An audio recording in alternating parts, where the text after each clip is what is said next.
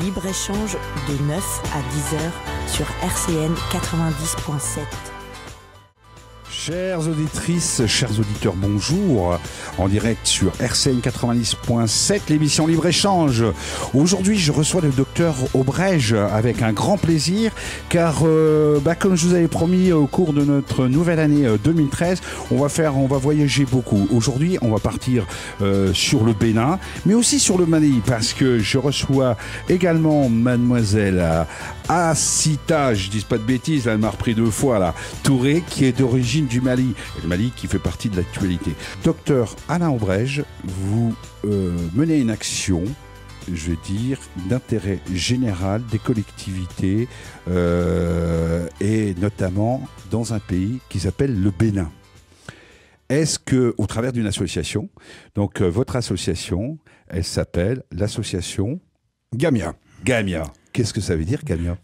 Oui, alors l'association Gamia, effectivement, le nom de l'association ne donne pas son objet. L'association Gamia, c'est une association qui s'occupe de promotion de la santé auprès des populations africaines. Et il se trouve que nous intervenons pour l'instant uniquement au Bénin, mais pourquoi pas un jour dans d'autres pays d'Afrique. Alors s'il y a des personnes aujourd'hui qui disent « Tiens, moi ça m'intéresse, je veux aller avec vous là-bas, docteur », comment que ça se passe ? Eh bien, il faut qu'ils prennent contact avec nous, bien sûr, qu'on les rencontre, parce que pour leur expliquer ce qu'on fait, voir ce qu'ils attendent, et comment voir si ça les intéresse. Et en général, les personnes qui nous contactent pour partir finissent par partir. Nous développons nos actions sur deux axes. Le premier, c'est un axe médical, c'est-à-dire que nous intervenons dans des dispensaires publics dans lesquels les soins sont prodigués par des infirmiers. Il n'y a pas de médecin, enfin habituellement pas de médecin sur place. Ce sont les infirmiers qui reçoivent les malades, qui les examinent, qui font les prescriptions, les diagnostics et les prescriptions.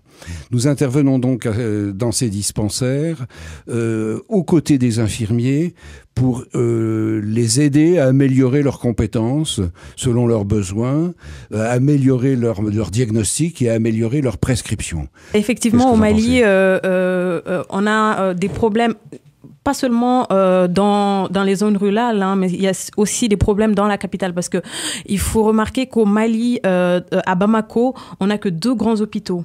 Pour toute la population, c'est vraiment pas évident. Donc, et on a des hôpitaux privés, mais le problème, c'est que la population lambda n'a pas les moyens de se faire soigner dans ces hôpitaux-là. Donc, on est vite confronté à des problèmes financiers et à des problèmes de médecins. Ouais, n'ayez pas peur, on va pas. Allez-y. Ouais. Et de médecins. Ouais. Et aussi en manque de médecins.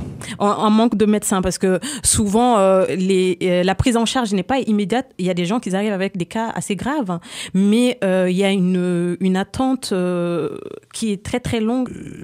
Nous avons une deuxième action. Alors cette action est menée par les médecins de l'association qui partent. Oui. Nous avons un deuxième axe que nous faisons ça en même temps, au cours de la même mission. D'autres personnes se chargent de former des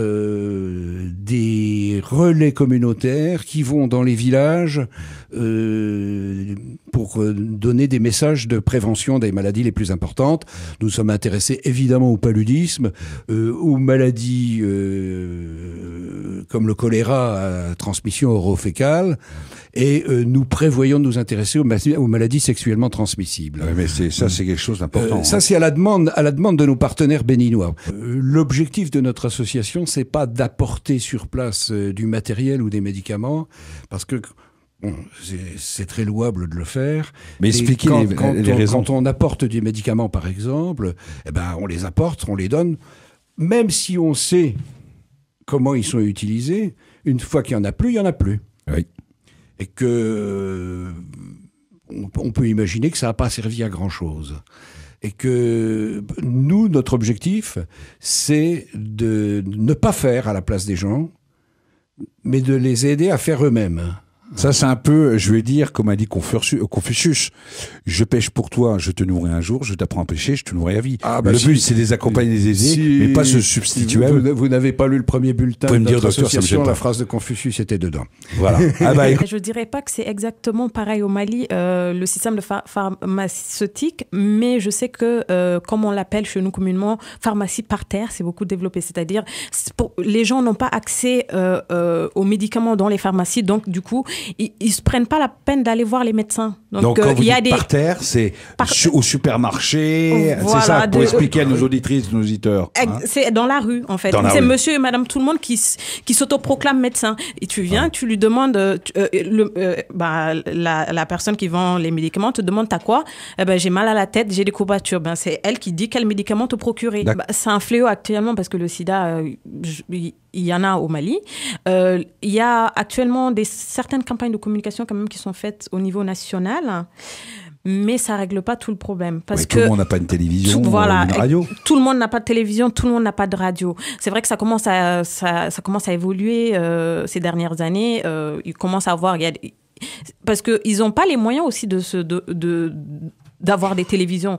Je dis pas à Bamako. À Bamako, ça commence à aller, tout le monde peut écouter la radio. Mais dans les zones rurales, ils ont pas des télévisions, ils ont pas des radios. Ils savent pas, en fait, quel danger ils courent réellement. Il y a un tabou à parler de sexualité. Oui. C'est pas dans nos mœurs d'aller voir des jeunes de 14-17 ans dans des écoles et leur dire ça commence à venir, hein. Il y a encore un long chemin à parcourir, mais ça commence à venir. Mais c'était pas dans nos mœurs d'aller voir des jeunes et leur parler de sexualité, parce que les parents vont penser que on est en train de pervertir les enfants, non pas qu'on est en train de les protéger. Question d'éducation, question aussi de mentalité, question culturelle, voilà. À ce niveau-là. C'est ça, exactement. Donc il faut il faut respecter les traditions locales, il faut respecter certaines choses, et d'un autre côté là. Comme le docteur l'a dit tout à l'heure, maintenant avec les affiches, ça commence à aller, parce que sur les affiches, on essaie de montrer surtout des images d'enfants et de parents. Peut-être en visualisant, ils se disent que bon, tout le monde peut être concerné par le problème. Oui.